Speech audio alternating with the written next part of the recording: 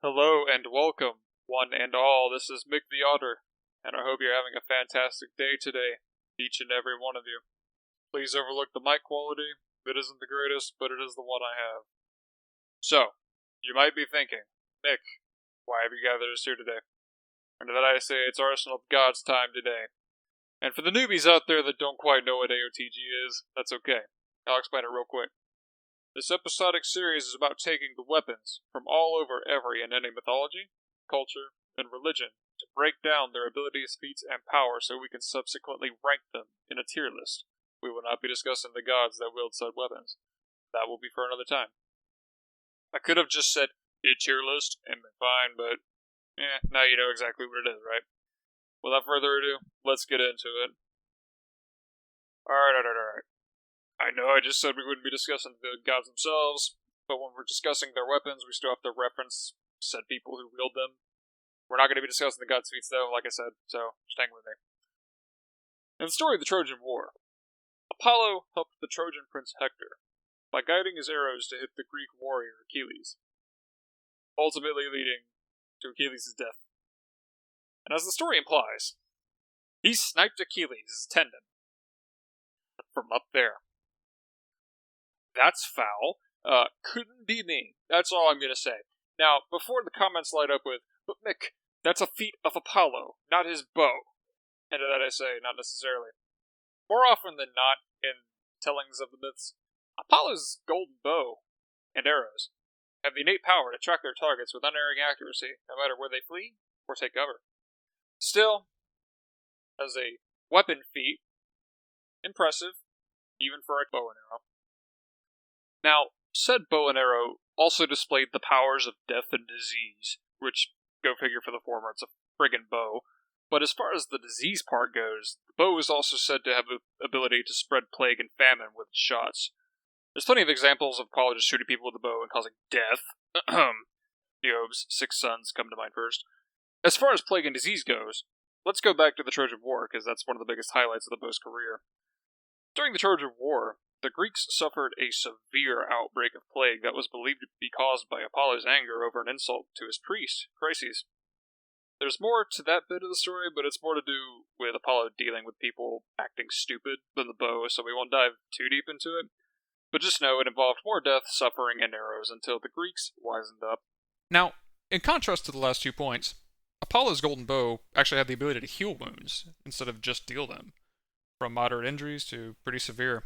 In the myth of Hercules, the titular hero was struck with an arrow, coated in hydra venom, one of the most dangerous monsters in all of Greek mythology. So you know it was that real bad shit, and Hercules certainly knew it, because it actually hurt him. Thankfully, Apollo was in a good mood that day, and provided an antidote by using his arrows to cure Hercules. You'd think it'd be counterintuitive to shoot someone with an arrow to heal them, but it's a myth, right?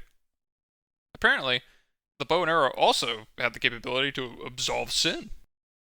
Okay, not really, but it did have the power to purify. In the stories of Orestes and Admetus, Apollo shot the 2 titular characters to forgive crimes of the former and purify in both cases, to appease the Furies and Fates that were after them, respectively. That's a fine power and all, but I can't get the mental picture of Apollo going, "Yeah, brother, you killed your family and all, whatever, we're good, I just need you to roll up your sleeve and give me your arm for this next part." Alright, next. Now, as if those other 4 primary powers weren't enough for one bow to possess, Apollo's bow and arrow has a couple more generic abilities, such as being able to shed light where an arrow is shot, like in Jason and the Argonauts, giving blessings to marriages and childbirth by shooting it into the sky. Don't know how effective that is, but I kind of see it like throwing a bouquet. And on top of that, Apollo's arrows were also believed to have the power of prophecy, which kind of makes sense, given that he's the god of prophecy, but anyway. Anytime he shot a person, the arrows that struck their target could reveal hidden truths, uncover secrets, virtues, and faults of said target. Now, as if all that weren't enough, there is yet another power this weapon has, and that is its ability to create tasteful music whenever arrows strike their target.